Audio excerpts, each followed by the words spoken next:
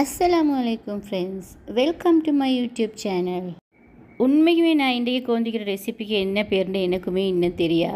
நான் இது first time try பண்ணினேன். என்னுடைய ஈத் பிரேக்ஃபாஸ்ட் இது. ஸோ நீங்களும் வாங்க, இதை நான் எப்படி செஞ்சேன்னு பார்ப்போம். பெஸ்ட்டான சூப்பரான டேஸ்டியான பிரேக்ஃபாஸ்ட். வீடியோ ஸ்கிப் பண்ணாமல் பாருங்கள் ஃப்ரெண்ட்ஸ்.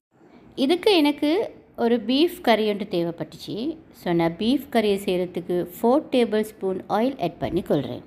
எப்போவுமே நான் ஈத்க்கு ஸ்ட்ரிங் ஹாப்பர்ஸ், அப்படி இல்லாட்டி புட்டு, அப்படி இல்லாட்டி தக்கடி, இது மாதிரி ஐட்டம் தான் செய்வேன். இன்றைக்கு கொஞ்சம் ஸ்பெஷலாக டிஃப்ரென்ஸாக செய்யணும்னு தான் இந்த ஐடியாவை எடுத்து. இது வந்து என்னோட ஓன் ரெசிபி, நான் எங்கேயுமே பார்த்ததில்லை. ஃபஸ்ட்டுக்கு நான் அதுக்கு ஜிஞ்சர் கார்லிக் பேஸ்ட் சேம் ரேஷியோவில் கிரைண்ட் பண்ணினது ஒரு 2 டீஸ்பூன் மாதிரி ஆட் பண்ணி அதை கொஞ்சம் ராஸ்மெல் போக்காட்டி கொஞ்சம் நான் சாட்டை பண்ணிக்கொள்கிறேன். அதோடு நான் இதுக்கு பட்டையும் பேலீஃபும் ரம்பையும் எடுத்து வச்சுக்கிறேன். அதையும் நான் இதில் ஆட் பண்ணிக்கொள்கிறேன். அதுக்கு பிறகு 3 பிக் ஆனியன் கட் பண்ணி எடுத்துக்கிறேன். உங்களுக்கு ஆனியன் எப்படியுமே இதுக்கு ஒரு 250 கிராம்ஸ் மாதிரி எனக்கு ஆனியன் தேவை. ஸோ நான் பெரிய ஆனியன் 3 கட் பண்ணி எடுத்துக்கிறேன். ஸோ அதையும் இதில் போட்டு நல்லா கொஞ்சம் டிரான்ஸ்பெரண்ட்டாக காட்டியும் நல்லா கொஞ்சம் சாட்டை பண்ணிக்கொள்கிறேன்.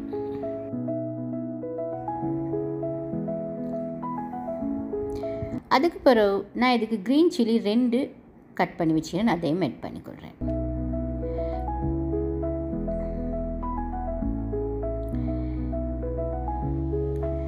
இப்போ வந்து நான் 2 டொமாட்டோஸ் கட் பண்ணி வச்சுக்கிறேன். அதையும் நான் இதுக்கு ஆட் பண்ணிக்கொள்கிறேன். ஆட் பண்ணி கொஞ்சம் நல்லா நான் மிக்ஸ் பண்ணிக்கொள்கிறேன்.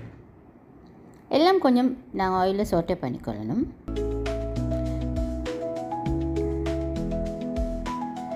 அதோடு இப்போ இதுக்கு சால்ட், தேவையான அளவு சால்ட் ஆட் பண்ணிக்கொள்வோம்.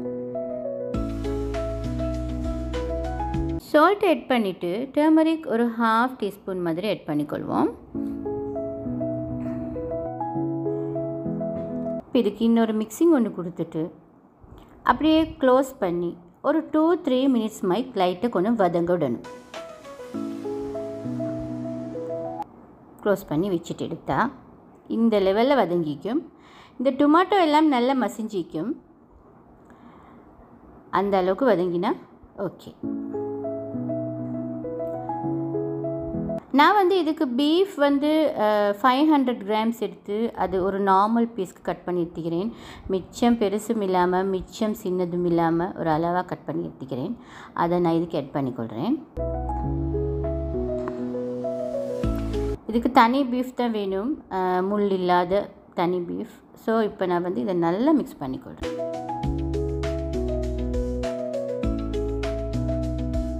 இந்த ரெசிபி வந்து சிக்கனில் செய்கிறதுக்கு விட பீஃபில் செஞ்சால் தான் நல்லா. ஏன்னா நான் இதுக்கு ரைஸ் நூடுல்ஸ் ஆட் பண்ண போகிறேன். ஸோ அதனால் பீஃப் தான் மிச்சம் நல்லன்னு நான் நினைக்கிறேன்.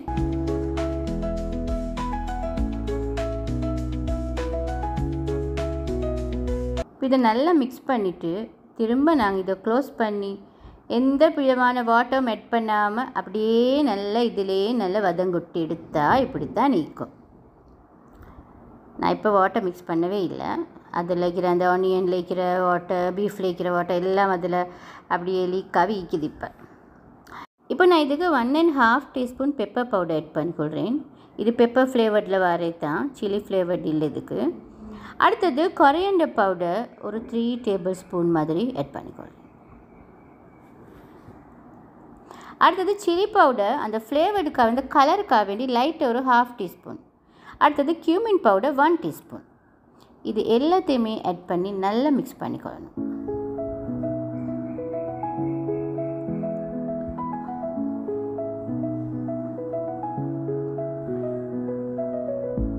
நல்லா மிக்ஸ் பண்ணிவிட்டு இப்போ வந்து நாங்கள் பீஃப்க்கு எப்படியுமே பீஃப் நல்லா குக் ஆகணும். அதுக்கு நாங்கள் வாட்டர் கட்டாயமாக ஆட் பண்ணணும். ஸோ நான் வந்து ஸ்டாக் வச்சுக்கிறேன், பீஃப் ஸ்டாக் ஒரு 1 கப் மட்டுக்கு. அதை நான் ஆட் பண்ணிக்கொள்கிறேன். அப்போ இன்னும் நல்லா டேஸ்டி வைக்கும். இதை அப்படியே மிக்ஸ் பண்ணி க்ளோஸ் பண்ணி எப்படியுமே ஒரு 1/2 an hour மாதிரி நல்லா குக் பண்ணிக்கொள்ளணும். பீஃப் வந்து நல்லா குக் ஆகணும், அப்போ தான் நல்லா டேஸ்டி வைக்கும். அதோடைய ஒரு சின்ன கரெக்ஷன், நான் இதுக்கு 3 பொட்டேட்டோஸ் கட் பண்ணி போட்டேன். அது எனக்கு உங்கள்கிட்ட காட்ட கிடைக்கல, கொஞ்சம் ஆர்வக்கோளாறு தான். அதுக்கு பிறகு இப்போ பீஃபும் பொட்டேட்டோவும் நல்லா குக் ஆகின பிறகு 2 கேப்சிகம் கொஞ்சம் பெருசு பெருசாக கட் பண்ணி வச்சுருந்தேன். அதை அப்படியே மேலால் போட்டு திரும்பவும் லிட்டால் க்ளோஸ் பண்ணி கேஸை வந்து லோ ஃப்ளேமில் வச்சு ஒரு 2 மினிட்ஸ் வதங்க விட்டு பெரட்டி எடுத்துக்கொண்டால் பீஃப் கறி சூப்பராக ரெடி ஆகிடும். இப்போ நான் இதை க்ளோஸ் பண்ணி ஒரு சைடில் வச்சுக்கொள்கிறேன். இப்போ நெக்ஸ்ட் ஸ்டெப் வந்து இது வந்து ரைஸ் நூடுல்ஸ். இது வந்து நீங்கள் எப்போயுமே இந்த எல்லா ஷாப்ஸ்லேயுமே இருக்குது, க்ரோசரி ஷாப்ஸில் ரைஸ் நூடுல்ஸ். இது வந்து மிச்ச நேரம் மற்ற நூடுல்ஸ் மாதிரி வேக தேவையில்லை.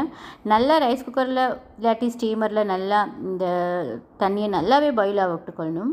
அதுக்கப்புறம் இதை போட்டு 2 பெரட்டி அப்படியே எடுத்துடணும். மிச்ச நேரம் வச்சோம்னா அப்படியே எல்லாமே குழஞ்சிரும், ஸ்டிக்கி ஆகிரும். ஸோ அதனால் நாங்கள் வந்து இது வந்து ஃபஸ்ட்டுக்கு ஹார்ட் மாதிரி வைக்கும், பட் ஆனால் டக்குனு குக் ஆகிடும். இப்போ நான் ரைஸ் குக்கருக்கு வாட்டர் வச்சாய் கொஞ்சம் சால்ட் போட்டுக்கிறேன். இப்போ இது எல்லாத்தையுமே நான் இதில் போட்டுக்கொள்கிறேன். நான் இதை பிரேக் பண்ணி எடுக்க பார்த்தேன், பட் இதை பிரேக் பண்ணிடல. ஆனால் குக் ஆகணுன்னு அது சும்மா இதாகிடும். இது பாருங்கள், நான் போட்டு ஒரு 2 மினிட்ஸ் கூட இல்லை, இந்த அளவுக்கு நல்லாவே குக் ஆகிடுச்சு. இப்போ நான் இதை எடுத்து நான் இதுக்கு பட்டர் கொஞ்சம் மிக்ஸ் பண்ணிக்கொள்கிறேன். இப்போ இதை உடைக்க தேவையில்லை, அப்படியே எல்லாமே உடஞ்சிருச்சு, மற்ற நூடுல்ஸ்மா இல்லை. இது இப்படி ஸ்டிக்கி மாதிரி விளங்கினத்துக்கு இது ஸ்டிக்கி இல்லை, இதில் ரைஸ் நூடுல்ஸ் சுட்டி தான் இது பிடிக்குது. நான் இது பட்டர் நல்லா போட்டு கொஞ்சம் மிக்ஸ் பண்ணிக்கொள்கிறேன்.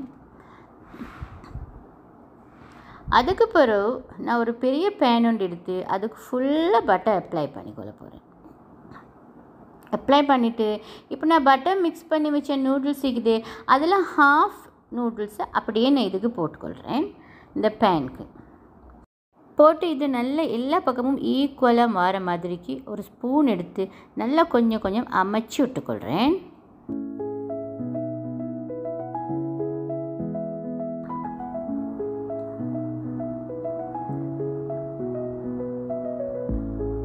இப்போ நான் செஞ்சு வச்ச பீஃப் கறிக்கு தானே அதை இதுக்கு மேலே ஃபுல்லாக ஸ்ப்ரெட் பண்ணிக்கொள்கிறேன். உங்களுக்கு வேண்டாம் இதுக்கு பெல் பெப்பர் ஆட் பண்ணோம் மேலும், அப்போ நல்லா டேஸ்டி ஆகிக்கும். நான் வந்து பொட்டேட்டோ ஆட் பண்ணிக்கிறேன், கேப்சிகமும் ஆட் பண்ணிக்கிறேன். பே லீஃப் எடுத்து வீசிடுங்க அதோடைய. இப்போ வந்து மீதி எங்களோட பேலன்ஸ் ஆகின மற்ற நூடுல்ஸுக்கு தானே அதை மைக்கு மேலால் நாங்கள் போட்டுக்கிறோம். போட்டு அதை ஈக்குவலாக வர மாதிரிக்கு நல்லா பரத்தி விட்டு கொஞ்சம் அதே மாதிரி ஸ்பூனால் நல்லா அமைச்சு விட்டுக்கொள்ளணும்.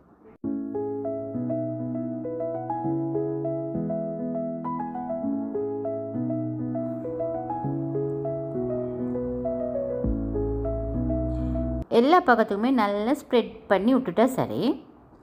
இப்போ திரும்பி இதை கேஸில் நாங்கள் வைக்கணும்.